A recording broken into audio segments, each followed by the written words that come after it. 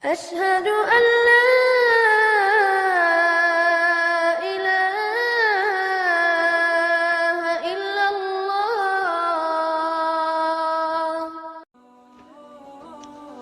Bismillah. Assalamualaikum warahmatullahi wabarakatuh. Alhamdulillah. Alhamdulillahilladzi arsala rasulahu bil huda wa dinil haqq liyudhhirahu 'alad dini kullih walau karihal musyrikun. Allahumma shalli wa sallim ala nabiyyina Muhammad wa ala alihi wa ashabihi wa man tabi'al huda ila yaumiddin wa ba'd. Qala Allah Ta'ala, ya ayyuhalladzina amanu taqullaha haqqa tuqatih wa la tamutunna illa wa antum muslimun. Alhamdulillah kita bisa bertolabul ilmi kembali. Kemarin kita membahas tentang satu ayat, potongan ayat dari surat Al-Baqarah 183. Ya ayyuhalladzina amanu kutiba alaikumusiyam kama kutiba alal ladzina min qablikum la'allakum tattaqun. Ada targetan dari Allah Subhanahu wa taala ketika kita menjalankan perintah Allah Subhanahu wa taala, yaitu saum. Targetnya adalah la'allakum tattaqun, supaya kalian bisa bertakwa kepada Allah Subhanahu wa taala. Karena di balik ketakwaan tersebut adanya surga dari Allah Subhanahu wa taala. Dan diawali dengan kalimat ya ayyuhalladzina amanu kutiba alaikumusiyam. Hai orang-orang yang beriman, diwajibkan bagi kalian saum. Panggilannya adalah orang-orang yang beriman. Kemarin kita telah membahas apa itu iman. Dalam sebuah hadis Rasulullah Shallallahu Alaihi Wasallam bersabda, "Man shoma Ramadhana imanan wahtisaban, ghufira lahu ma taqaddama min dhanbi." Rasulullah Shallallahu Alaihi Wasallam bersabda, "Man shoma Ramadhana imanan wahtisaban." Barang siapa yang saum Ramadan, berangkatnya karena keimanan dan ihtisab pengharapan pahala dari Allah Subhanahu wa taala, adanya sebuah keikhlasan dalam menjalankan saum Ramadan, melakukan saum Ramadan atas dorongan karena perintah dari Allah, bukan karena keumuman manusia saum akhirnya dia saum, bukan karena komunitasnya yang saum akhirnya dia malu kemudian dia saum. Tidak, karena berangkatnya dari sebuah keimanan, dia yakin betul bahwasanya setiap perintah Allah ketika dijalankan akan mendapatkan pahala di sisi Allah Subhanahu wa taala. Kemudian kata Rasulullah SAW, ghufira lahu ma taqaddama min dhanbi. Maka Allah akan ampuni dosa-dosa dia yang telah lalu. Semoga Allah Subhanahu wa taala mengampuni dosa-dosa kita, dan semoga Allah Subhanahu wa taala menolong kita untuk kita bisa menjalankan seluruh kegiatan rangkaian selama bulan Ramadan ini dan seterusnya. Itu semuanya berangkat lillahi ta'ala, karena Allah Subhanahu wa ta'ala. Rasulullah Shallallahu Alaihi Wasallam bersabda, semoga pembahasan ini cukup. Kemarin kita sudah bahas akidah, sekarang kita bahas juga akhlaknya, bagaimana kita berakhlak dalam Ramadan ini. Kata Rasulullah Shallallahu Alaihi Wasallam,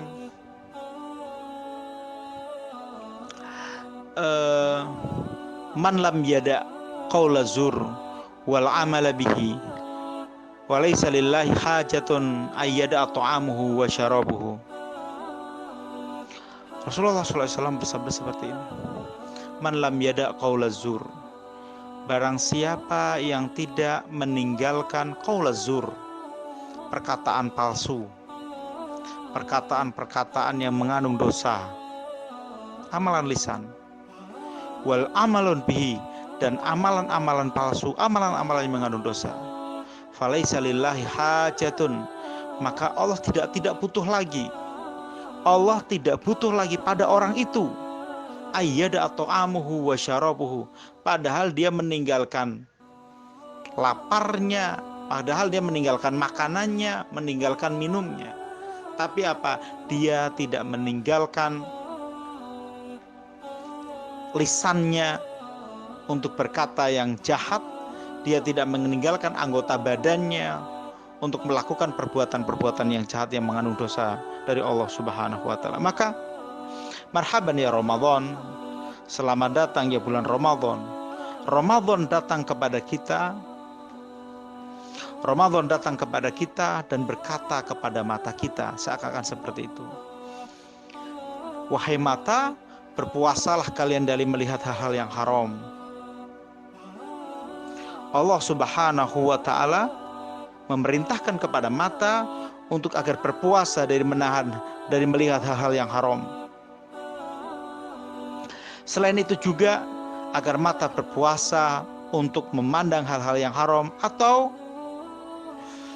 mengajak mata ketika dia melarang meninggalkan perbuatan-perbuatan yang haram, maka mata ini diajak untuk melihat hal-hal yang baik, untuk membaca Al-Quran.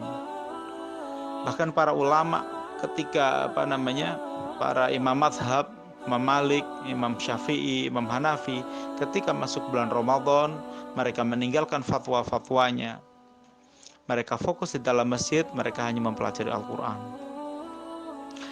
Dan Ramadan juga berkata kepada lisan, wahai lisan, berpuasalah dari ghibah, dari namimah, ngadu domba, dari berkata keji, berkata kotor, ucapan-ucapan cabul. Kalau dalam bahasa Arabnya itu rafats. Rafats itu yaitu perkataan-perkataan yang membangkitkan nafsu birahi, perkataan-perkataan yang membangkitkan nafsu birahi, ataupun menceritakan tentang hubungan badan, menceritakan tentang keelokan badan wanita, menceritakan tentang keelokan badan laki-laki yang akhirnya membangkitkan syahwat. Itu bagian daripada rafat. Lisan diajak berhenti melakukan itu semuanya. Maka ucapkanlah pada lisan kita, wahai lisan, jagalah rahasia orang lain. Kenapa? Karena orang lain juga punya lisan. Maka sebenarnya ada sebuah kadang orang bahagia, kadang orang bangga ketika banyak orang yang curhat kepada dia. Kalimatnya sih curhat, padahal di dalamnya adalah ghibah. Maka sadari betul ketika Anda diajak ghibah, diajak menggunjing oleh teman Anda, membongkar kehormatan orang lain, kehormatan saudaranya, maka sadari betul, karena bisa jadi pada waktu yang lain kehormatan Anda yang akan dibongkar. Ini jadi bicaralah pada lisan kita. Maka jangan pernah kita untuk menghibahi orang, karena orang lain juga punya lisan yang dia bisa menghibahi kita. Maka bicara pula pada mata kita. Janganlah mata ini digunakan untuk mencari-cari kesalahan orang lain, karena orang lain juga punya mata yang dia bisa mengetahui aib kita. Maka bisa juga dia membicarakan aib-aib kita. Maka juga bicara juga pada telinga kita dengan mendengarkan ghibah-ghibah tersebut. Karena tidak akan mungkin terjadi ghibah kalau tidak ada yang mendengarkan. Nggak akan mungkin orang itu mau ghibah kalau tidak didengarkan. Padahal tentang ghibah yaitu menggunjing, Rasulullah SAW bersabda seperti ini, atadruna mal ghibah? Apakah kamu tahu apa itu ghibah? Apakah kamu tahu apa itu ghibah? Kata para sahabat, Allah wa rasuluhu a'lam. Allah dan Rasulnya yang tahu.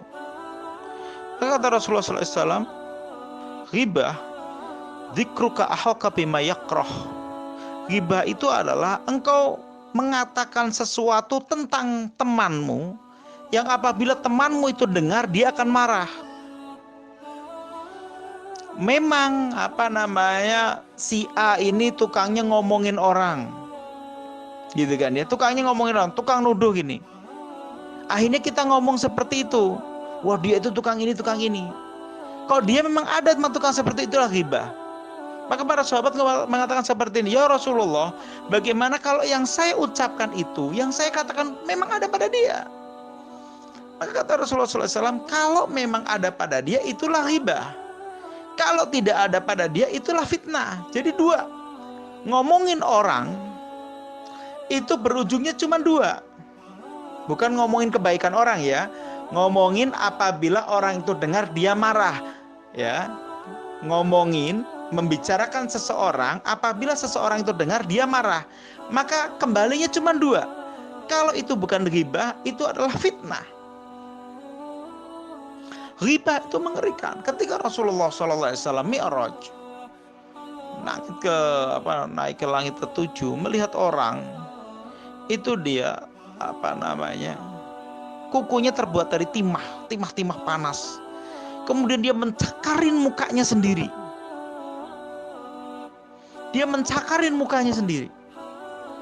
Maka Rasulullah heran, ini aneh orang, mukanya sendiri dicakar-cakar.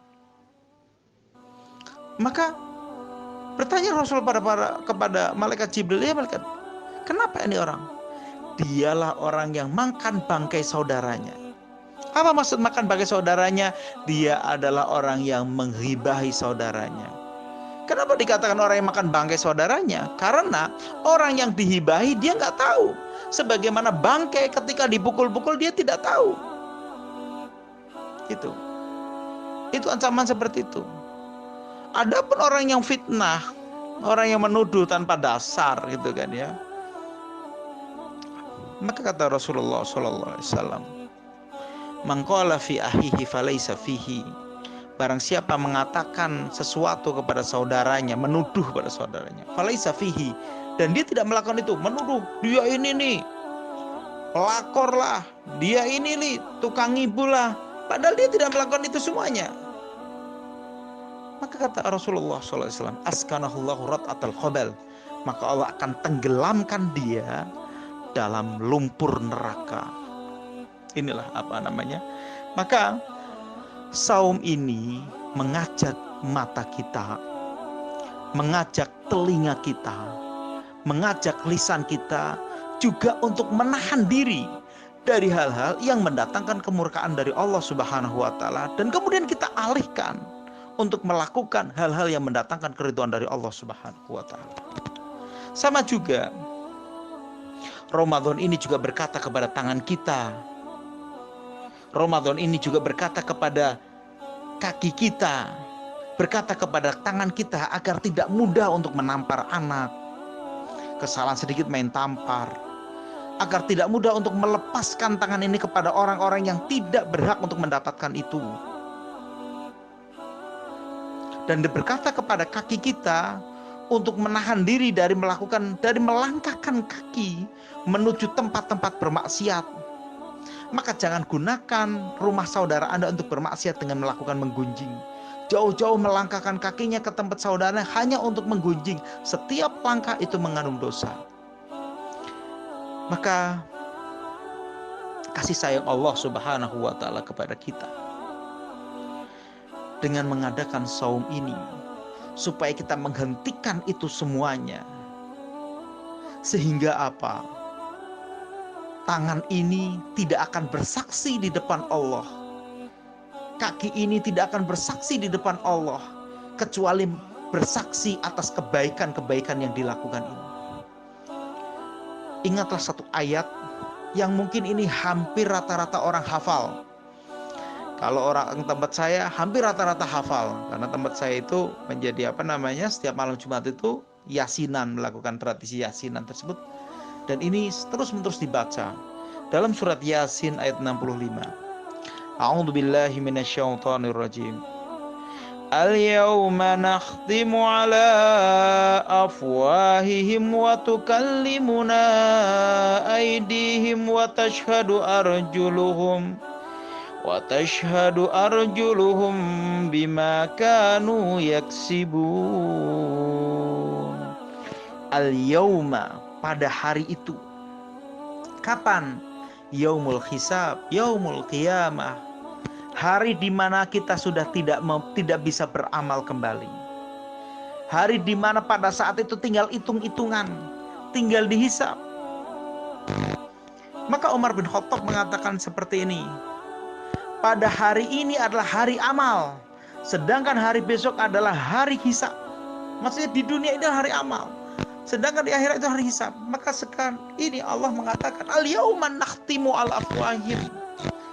Mulut yang suka berdusta pada saat itu akan dikunci oleh Allah Subhanahu wa taala. Al-yauma nakhtimu ala afwahim. Pada hari ini mulut semuanya dikunci oleh Allah Subhanahu wa taala. Mulut-mulut kalian dikunci oleh Allah Subhanahu wa taala. Wa tukallimuna aydihim. Kemudian tangan ini berkata. Tangan ini berbicara kepada Allah. Tangan ini mengungkapkan seluruh perbuatannya. Bagaimana kalau yang diungkapkan tangan itu adalah perbuatan-perbuatan dosa? Bagaimana yang diungkapkan tangan itu adalah menyuap, memukul orang, menampar orang. Apa yang akan dilakukan oleh apa perasaan kita pada saat itu? Nggak ada remedial pada saat itu. Nggak ada remedial, nggak ada ulangan-ulang. Kita ini kan hidup di dunia kan ujian, nggak ada ujian ulang. Maka banyak ketika dia menyaksikan ternyata isinya itu adalah kepalsuan, isinya adalah dusta-dusta.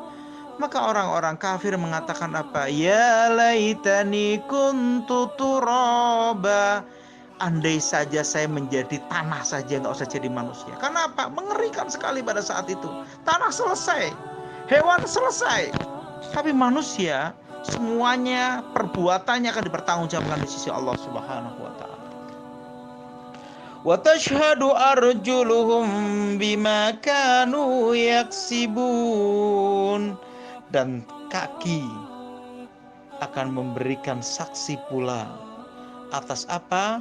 Atas perbuatan-perbuatan mereka yang dulu pernah mereka usahakan, yang dulu pernah mereka lakukan. Kalimatnya bima kanu yaksibun. Nah, karena itu apa? Dengan adanya saum ini manfaatkan betul untuk kita mempercantik akhlak kita, memperindah akhlak kita, merefresh kembali gitu kan ya, mengupgrade kembali seluruh perbuatan-perbuatan, adat-adat, kebiasaan-kebiasaan buruk itu hilang semuanya. Sehingga apa? Saumnya kita bukan saumnya anak-anak, hanya sekedar menahan lapar dan dahaga. Saumnya kita berbeda. Saumnya kita selain menahan lapar dan dahaga, kita juga menahan pandangan mata kita, menahan lisan kita, menahan telinga kita, menahan tangan kita, dan menahan kaki kita dari hal-hal yang mendatangkan kemurkaan dari Allah Subhanahu wa ta'ala. Mungkin itu dulu yang bisa kami sampaikan. Semoga Allah Subhanahu wa ta'ala memudahkan kita untuk menjalankan saum ini. Saum bukan sekedar saum tapi benar-benar menahan diri semua anggota badan, semua indera kita dari hal-hal yang mendatangkan kemurkaan dari Allah Subhanahu wa ta'ala. Sehingga saum kita benar-benar mendapatkan pahala dari Allah Subhanahu wa ta'ala. Aqulu qouli hadza wa astaghfirullahu li wa lakum. Assalamualaikum warahmatullahi wabarakatuh.